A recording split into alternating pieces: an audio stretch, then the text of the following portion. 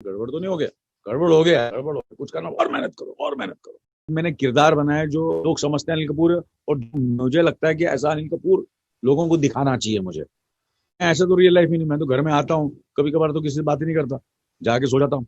दुख में, दर्द में, खुशी में मेरा साथ दिया है। मैं कुछ भी नहीं था जब से हम साथ में हैं। मैं बसों में ट्रैवल करता था, उससे मिलने जाता था। आपको चोट लगेगी वो भी असली, आप रोगे तो वो भी असली, आप हंसोगे तो वो भी, हंसी नहीं आएगी। अनिल कपूर जी, सबसे पहले आप मुझे बताइए कि मैं आपको क्या कह के पुकारूं, क्योंकि पूरे इस फिल्म में एके वर्सेस एके में जब मैं देख रही हूँ आपके बच्चे हैं तो वो आपको एके कह रहे हैं।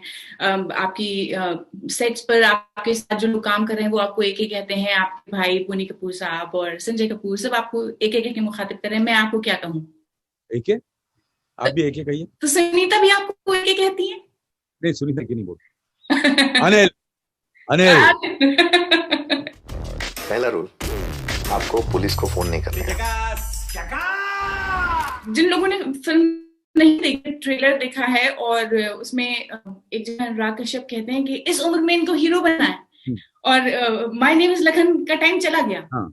आपको पर्सनली क्या लगता है कि आपके लिए कभी कभी कोई ऐसा पीरियड था जब ये महसूस हुआ कि शायद मामला गड़बड़ लग रहा है कुछ? ऐसा कोई दिन नहीं है जहाँ ऐसा नहीं लगता है कि मामला गड़बड़ है। रोज लगता है कि मामला, ऐसा लगता है यार गड़बड़ होने वाला है, काम करे, मेहनत करे, सुबह उठे, तो कभी you can't take yourself for granted. So रोज ही लगता है, रोज शाम को, रात को सोते वक्त या सुबह उठते यार गड़बड़ तो नहीं हो गया? गड़बड़ हो गया, गड़बड़ हो गया, कुछ करना, और मेहनत करो, और मेहनत करो। सो वो तो लगता ही रहता है। 40 साल से ज्यादा हो गए हैं अनिल कपूर जी आपको इंडस्ट्री में काम करते हुए, और 40 साल में बहुत कुछ बदला है। फिल्मों का अंदाज बदला है, कहानियां बदली हैं, लोगों की एपेटाइट बदली है, जो फिल्मों के शौकीन हैं उनकी पसंद नापसंद बदली है। आप जब फिल्में चूज करते हैं अपने लिए कि ये मुझे करनी है, मुझे काम करना है, वो क्राइटेरिया आपके लिए इन 40 सालों में बदला है?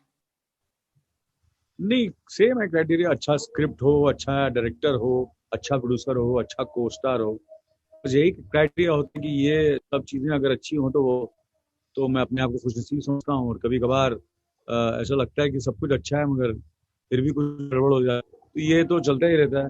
ये जिंदगी हर कदम एक नई जीत जंग है। बिल्कुल। तो जिंदगी हर कदम एक नई जंग है, जीत जाएंगे अगर आप हमारे संग हैं। तो ये तो चलता ही है। और कहीं ना कहीं जीवन जो है हर रोज संघर्ष है।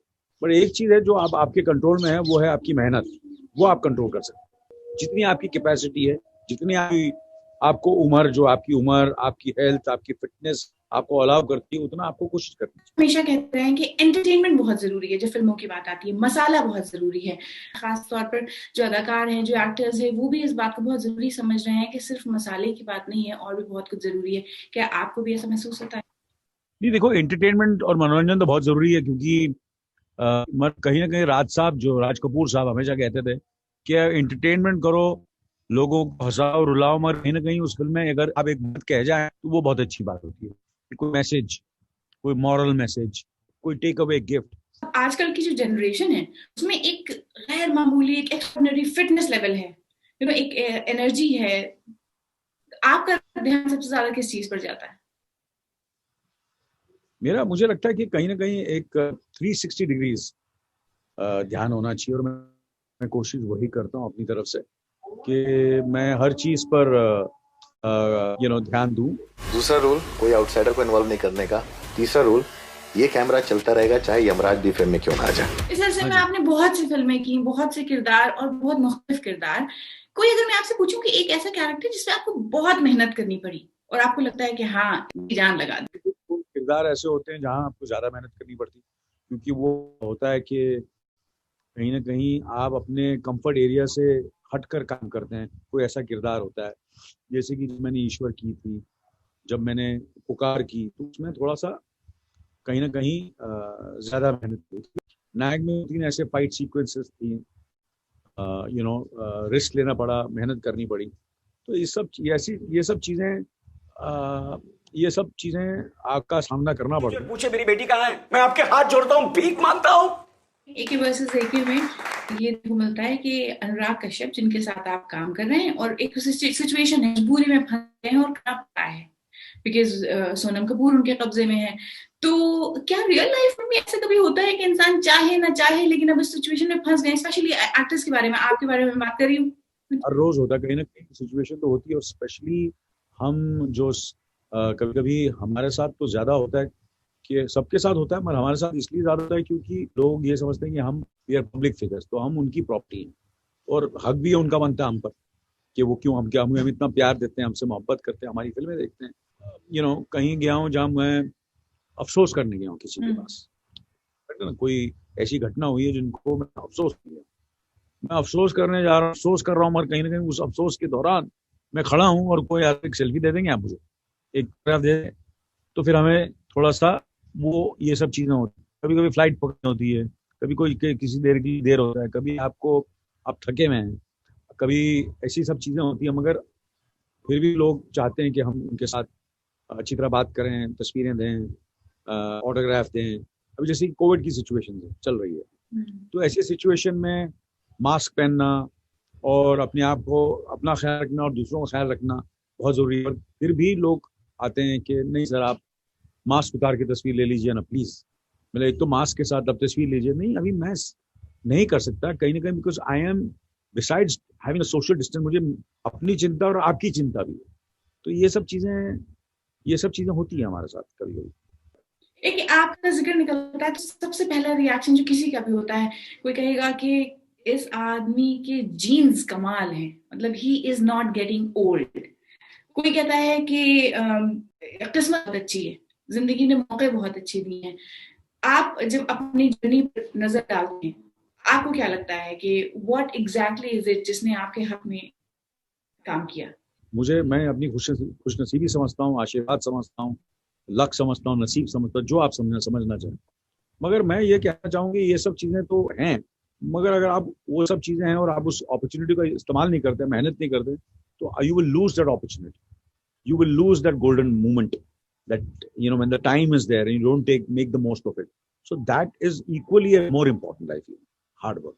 अच्छा, एक इंसान के बारे में परसेप्शन होता है दुनिया का और एक इंसान बजाते खुद होता है in reality what you are. AK versus AK में ऐसा कहा जा रहा है कि काफी नजदीक to what you really are, आपकी असल शख्सियत से नजदीक आपका किरदार है। फिर भी कितना नजदीक है? क्या हम ये कह सकते हैं कि हाँ बिल्कुल this is who Anil Kapoor is?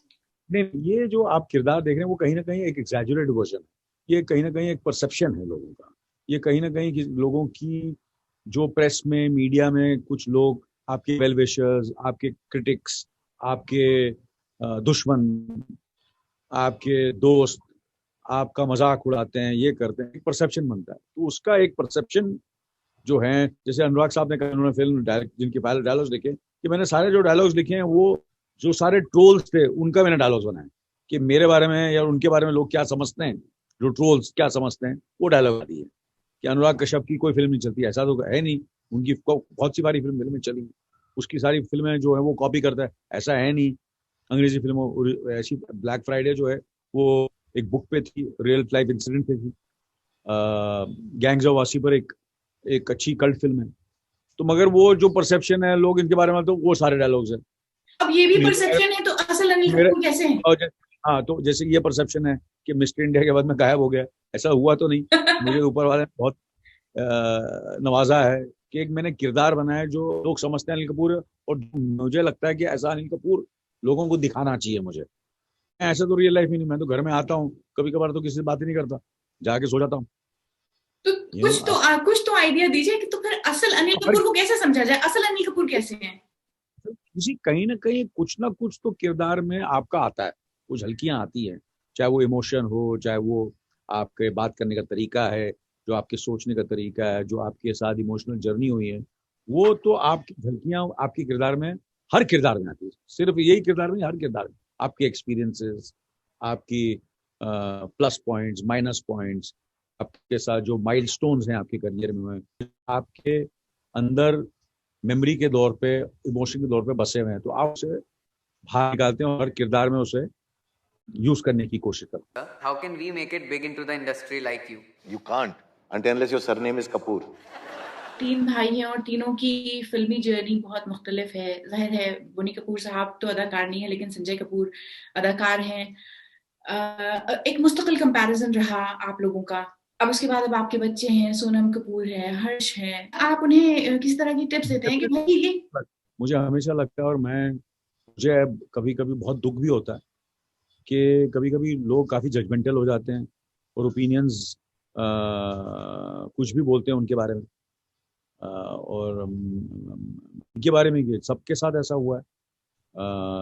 जब राजा ने अपना करियर शुरू किया तो सनी साहब के साथ भी, और सनी देओल क्योंकि धर्म के बेटे थे, आप समझे ना, राजेंद्र कुमार के बेटे, संजय दत्त के बेटे, सुनील दत्त साहब के बेटे, कि यार ये बड़े बाप के बेटे हैं, बड़े स्टार से बेटे हैं, तो उनको सब चीज़ आसानी से मिल गई, उनको बेग अच्छे से मिल गई, उनको बहुत सारी फिल्में हुई, उनको लोग जो हैं वैसे ज़्यादा नवाज रहे हैं। तो ये फीलिंग, क्योंकि मैं बाहर से आया था और मैं स्ट्रगल करके आ रहा था, तो मुझे भी फीलिंग होती थी, पर आज मुझे महसूस हो रहा है कि ये गलत, उनकी स्ट्रगल शायद मेरे से ज्यादा हो। हम जब अपना किसी भी तरह का करियर शुरू करते हैं तो अपने आप को एक कुछ माइलस्टोन्स देते हैं और सोचते हैं जब यूं हो जाएगा, जब इतनी आसाइशें हो जाएंगी, जब ये जिंदगी में हो जाएगा तो एक दिन रिटायरमेंट ले लेंगे। कोई डेडलाइन, ऐसी कोई टाइमलाइन आपने अपने आप को कभी दी या अब सोच रहे हैं? I will rest when I am dead. मैं आराम से रेस्ट करूंगा जब मैं परलोक से जाऊंगा। ये फैसले सुनीता की मर्जी से हो रहे हैं कि उनकी मर्जी के खिलाफ हो रहे हैं? सुनीता तो वही चाहिए जो मुझे, whatever makes me happy makes her happy. I think that's what true love is. दुख में, दर्द में, खुशी में मेरा साथ दिया है। मैं कुछ भी नहीं था जब से हम साथ में हैं। मैं बसों में ट्रैवल करता था, उससे मिलने जाता था, वो बसों में जो मिलने आती थी, ट्रेनों में, थर्ड क्लास में ट्रैवल करते थे, पैसे नहीं होते थे, वो सब जर्नी में हम साथ में थे। 45 साल से साथ में हैं, और